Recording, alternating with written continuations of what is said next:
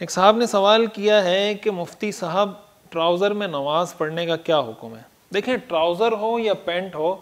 ان سب میں اس چیز کو دیکھا جاتا ہے، بنیادی طور پر جو اصولی بات ہے کہ اس میں انسانی یعنی وہ بہت زیادہ چست تو نہیں ہے، اتنا چست کہ اس سے انسانی جسم کی ساخت، اعضاء کی ساخت بالکل واضح اور نمایاں ہو رہی ہو، جس کو یہ کہا جا سکے کہ یار گویا اس نے سطر ڈھکا ہی نہیں ہے۔ تو اس طرح کا ٹراؤزر ہو تو اس میں تو نماز پڑھنا ٹھیک نہیں ہے، لیکن اگر ڈھیلا ٹراؤزر ہے تو جس طرح شلوار میں نماز پڑھ سکتے ہیں، ٹراؤزر بھی اگر اس طرح ڈھیلا ہے تو اس میں بھی نماز پڑھی جا سکتی ہے۔ ایک صاحب نے سوال کیا، مفتی صاحب باجماعت نماز میں سلام پھیرتے وقت مقتدیوں اور امام کو سلام پھیرنے کی دل میں نیت کی جاتی ہے۔ اس حوالے سے میرا سوال ہے کہ باجماعت نماز میں اگر کوئی مسبوق ہو اور جب وہ اپنی نماز مکمل کرتے وقت سلام پھیرے اور اس وقت سب سے برابر والے مقتدی اور امام اٹھ چکے ہوں،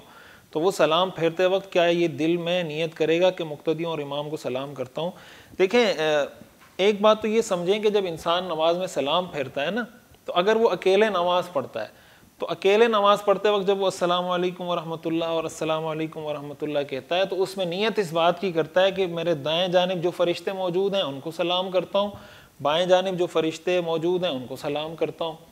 اور اگر ایک شخص امام ہے تو وہ جب نماز پڑھ رہا ہوتا ہے تو سلام پھیرتے وقت وہ دائیں طرف کے فرشتوں کی بھی نیت کرتا ہے، دائیں طرف کے مقتدیوں کی بھی نیت کرتا ہے، اور بائیں طرف جب سلام پھیرتا ہے تو بائیں طرف کے فرشتوں اور بائیں طرف کے مقتدیوں دونوں کی نیت کرتا ہے۔ اور اگر ایک آدمی امام کے پیچھے نماز پڑھ رہا ہے تو وہ سلام پھیرتے وقت اگر مثال کے طور پہ دائیں جانب امام بھی اس کے ہے تو دائیں جانب سلام پھیرتے وقت وہ فرشتوں کی نیت بھی کرے گا، مقتدیوں کی نیت بھی کرے گا، اور ساتھ ساتھ امام کی نیت بھی کرے گا۔ اور اگر امام اس کے بائیں جانب ہے تو بائیں جانب میں امام کی نیت کرے گا، اور اگر وہ امام کے بالکل پیچھے ہے تو دونوں جانب امام کی نیت کرے گا سلام پھیرتے وقت۔ جو آپ نے سوال کیے کہ ایک آدمی مسبوق ہو اور مسبوق ہونے کے بعد امام نے سلام پھیر دیا، وہ کھڑا ہوا، اس نے ایک دو رکعتیں جو رہ گئی تھیں وہ پوری کی،